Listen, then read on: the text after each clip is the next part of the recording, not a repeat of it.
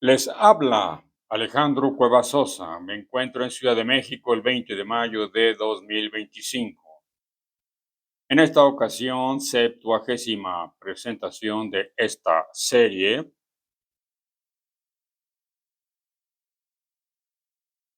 abordaremos el tema sobre Charles Aznavour, primer cantautor de protesta del siglo XX. De esa manera lo designamos. Charles Aznavour, primer cantautor de protesta del siglo XX.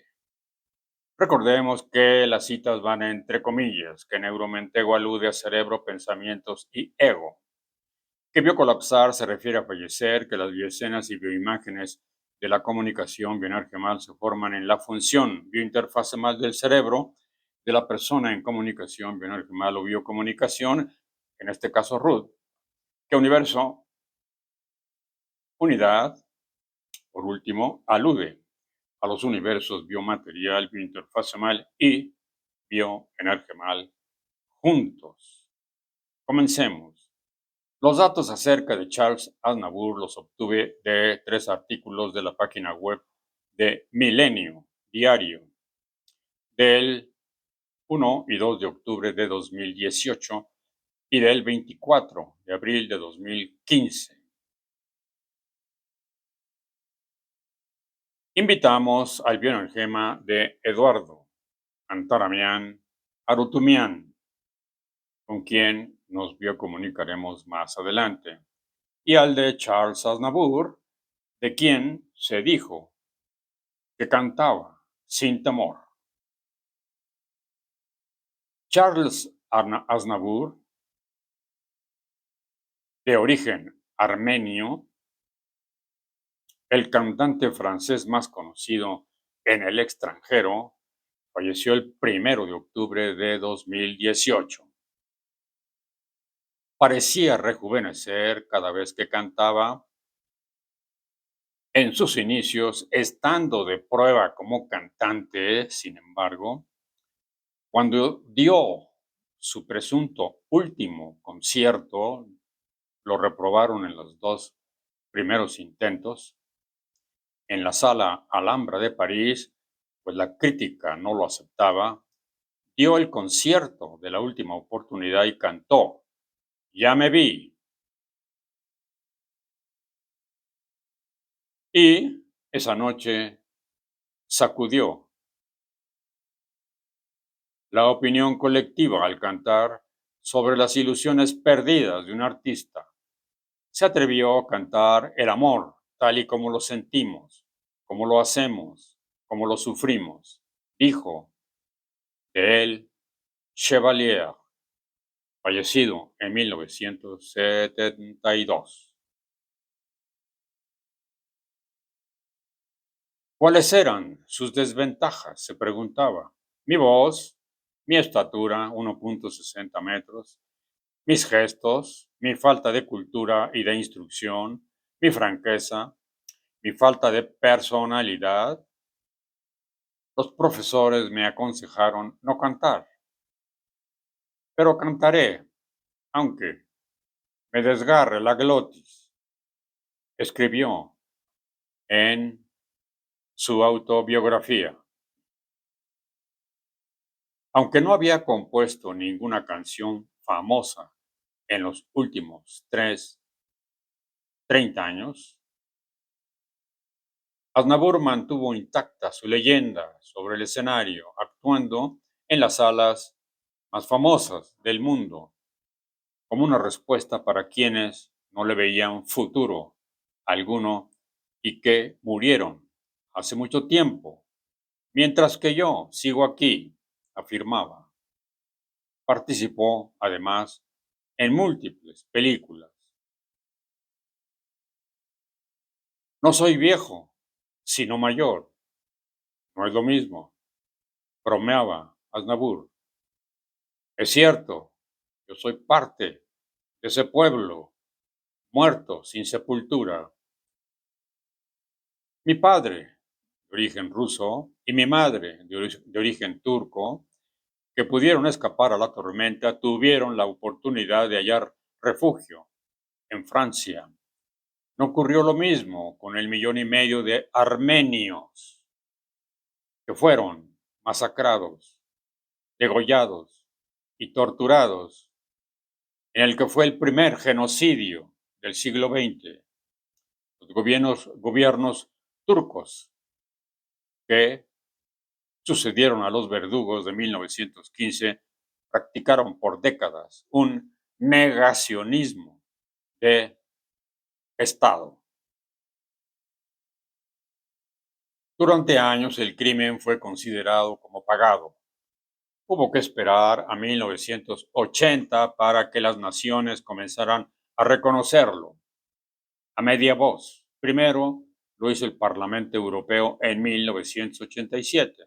Francia, con una ley promulgada el 29 de enero de 2001, seguida por una veintena de estados, y el Vaticano hace algunos días, afirmó Charles Aznavour. No fui educado en el odio.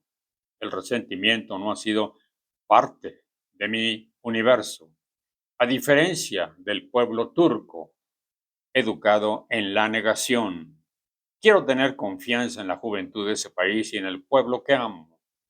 Sé que un día él abrirá los ojos y le pedirá cuentas a sus líderes por los años de mentiras y de deshonor que lo han mantenido en la ignorancia de su propia historia.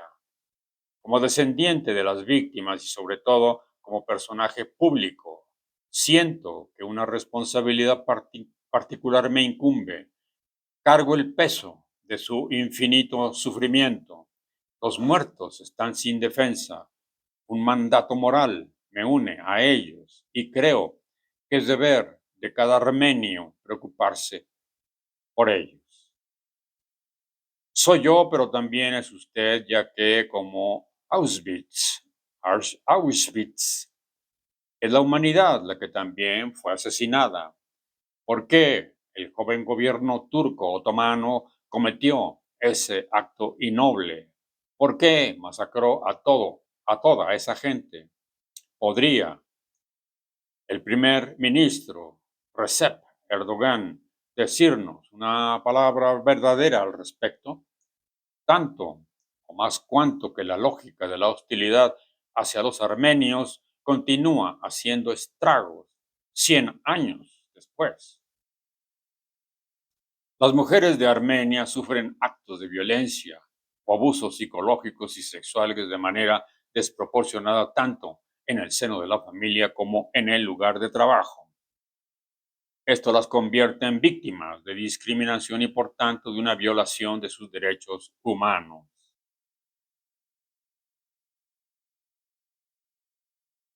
Amnistía Internacional declaró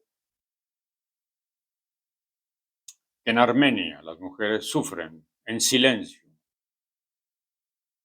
Pienso en el bloqueo de Turquía a la pequeña Armenia que ha sobrevivido de milagro al genocidio. Pienso en su rechazo a ratificar los protocolos firmados en 2009 para la normalización de las relaciones entre Armenia y Turquía, frente a las cuales el gobierno turco condiciona la validación a un arreglo de la cuestión del Alto Karabaj, región en disputa con la vecina Azerbaiyán. Pienso en su apoyo político y militar a Ilham Aliyev, cuasi presidente vitalicio de Azerbaiyán, que prometió no solo poner bajo su bota a esa pequeña parte de territorio habitada por los armenios, que se liberó de la opresión, sino que amenaza también abiertamente con invadir Armenia y ocupar su capital, Ereván. ¿Cómo no evocar además el ataque por organizaciones yihadistas el 21 de marzo de 2014 al barrio armenio de Kesab, en Siria, situado a escasa distancia de la frontera turca y donde todo indica que este no habría podido llevarse a cabo sin el visto bueno de Turquía. Es posible silenciar también el drama de los cristianos de Oriente Medio, asirio-caldeos, siriacos y armenios, así como la tragedia de los yazidíes, memoria preislámica, que siguen siendo perseguidos hasta hoy. Todas estas preguntas son parte de los desafíos ligados con el reconocimiento del genocidio por Turquía. La impunidad ha sido un muy mal ejemplo. Actuales atrocidades en Oriente Medio hunden sus raíces en los abominables actos de 1915, de los cuales la región guarda no solo los estigmas, sino también la memoria. Dichas atrocidades proliferaron bajo la norma dominante que se instauró desde entonces. Un modelo que ha hecho creer que el destino del más bárbaro siempre terminará por imponerse. ¿Hay que resignarse a eso? Durante la Segunda Guerra Mundial, el domicilio de mis padres, que se habían instalado en la calle de Navarin, París, fue frecuentado por la resistencia del grupo Manouchian. Tuve la oportunidad, siendo joven, de frecuentar a los armenios y a los emigrados judíos que combatieron la ocupación alemana. El recuerdo de ese periodo de mi vida no me abandonó jamás. 100 años después, el vientre de donde surgió la bestia inmunda sigue siendo fecundo. Se puede observar en la suerte que corren las minorías de Oriente Medio o cuando se trata de las amenazas que pesan sobre Armenia y el Alto Karabaj. No ha habido una semana desde inicios de año sin que un joven de 20 años muera en la línea de contacto entre Alto Karabaj y Azerbaiyán. Es algo que me destroza el corazón, mientras que la presencia de los armenios se redujo a la mínima expresión en las tierras que fueron la cuna de su historia. Los jóvenes siguen siendo cazados como conejos, ya que ellos son los encargados de resistir a los apetitos de un nacionalismo panturco decididamente insaciable. De 1915 a 2015, algunas cosas han cambiado. Las grandes potencias, habituadas a subordinar la moral a sus intereses, tienen, por supuesto, su parte de responsabilidad en la permanencia de esta serie de catástrofes de las cuales no se ve el final. ¿Cuántas veces el pueblo armenio fue esfumado, traicionado, abandonado a su suerte?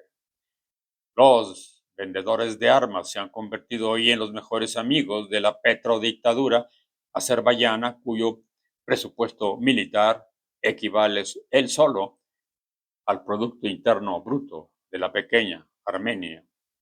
Así la muerte sigue rondando en torno al pueblo armenio. ¿Hasta cuándo? Quisiera, sin embargo, concluir este texto con una nota de optimismo.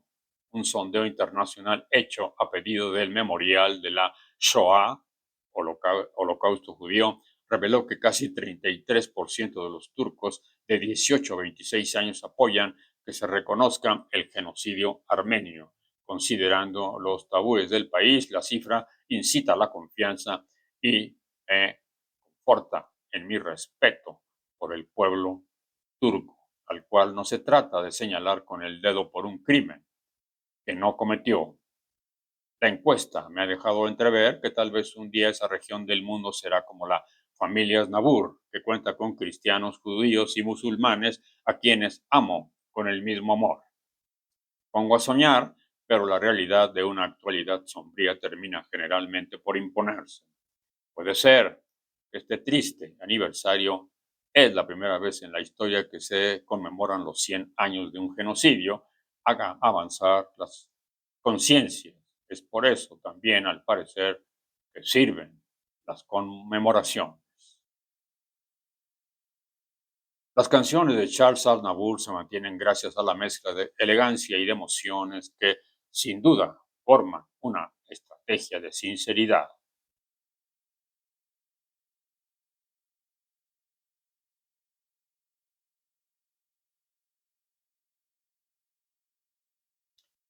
Charles Aznavour, el embajador de la chanson, Milenio, diario. Era francés y armenio. Sus padres lograron escapar de la persecución turca otomana. Su emotividad se pulió conviviendo con los marginados. Nació en un hospital paupérrimo. De niñez no tenía una estampa agradable y, según afirman, su voz era de ganso. Se hizo llamar Charles Aznavour como nombre artístico. Las críticas, que nunca faltan, le anticiparon todos los traspiés imaginables. Nunca les hizo caso. Se concentró en la música. Llevo la tragedia en mi sangre, aseguraba. Cuando sus padres escaparon del hostigamiento turco en 1915, su objetivo era arribar a Estados Unidos. No obstante, llegaron a París y el 22 de mayo de 1924 nació el niño que después sería mundialmente conocido. Su verdadero nombre era Shanour Barinag Aznavourian Bagdasarian. Mischa, su padre, era barítono, y Kar, su madre, era actriz.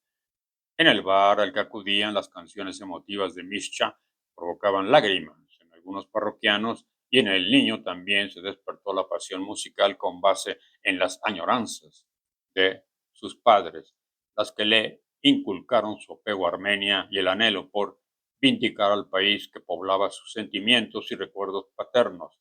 Finalmente fue reconocido como uno de los más ilustres franceses del siglo XX. Continuar en su trabajo creativo incluía: en una canción se puede decir todo, a condición de que sea sincero y que pueda evitar la vulgaridad. Alentado por Edith Piaf, logró hacerse famoso en la década de los 50. Su voz se conoció en 5 lugares, a veces acompañado de muchos otros artistas.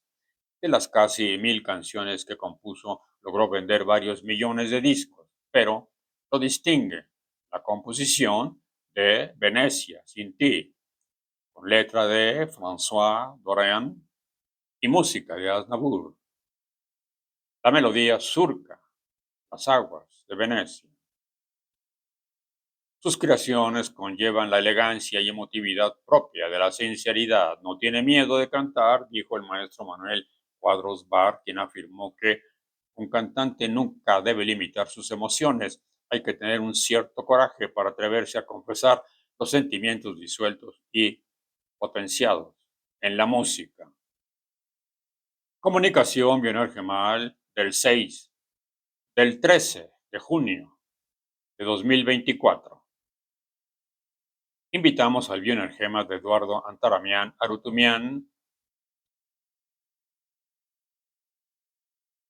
y el de Charles Aznavour. Tú fuiste el primer cantautor de protesta del siglo XX. No se ha rescatado esta faceta de tu actuar. ¿Estarías de acuerdo? Sí, doctor. Agradezco su comentario. ¿Gustas añadir algo más, Charles? Intuyo que el bioenergema tiene una trascendencia importante de poder sintetizar en palabras lo que ocurre en un ambiente, y que mi bioenergema intuyó esa forma. Que le agradezco. ¿Consideras haber contribuido al bienestar de tu pueblo? Sí, es recomendable que un pueblo se sienta apoyado y comprendido por otros saberes. Eduardo Antaramián Arutumián, ¿cómo has estado? Todo bien, doctor. ¿Sigues dibujando? No, doctor, ya no. ¿Has permanecido en México? A veces estoy en México y a veces fuera de México. ¿Qué opinas de la labor de tu paisano, supongo? Pues muy productiva e importante para poder explicar aspectos de la vida. ¿Gustas añadir algo más, no, doctor? Le agradezco. En conclusión, Charles Aznavour se casó 3 veces y convivió con su tercera esposa hasta su biocolapso o muerte. Tuvo una hija bailarina y fue abuelo de un par de cantantes. Recorrió el mundo entero, pero vivió en París, cosmopolita, su lugar de nacimiento. Poco antes debió colapsar o fallecer, quiso ver su rostro reflejado en el agua y, en efecto, así encontraron su cuerpo a los 94 años en una tina de baño. Aclaración. Todos los bioenergemas mencionados en los videos estuvieron de acuerdo con que su participación pudiera publicarse. Nunca un bioenergema se ha negado a que se publique la información que ha proporcionado. Muy amables por sus comentarios y por haberse suscrito.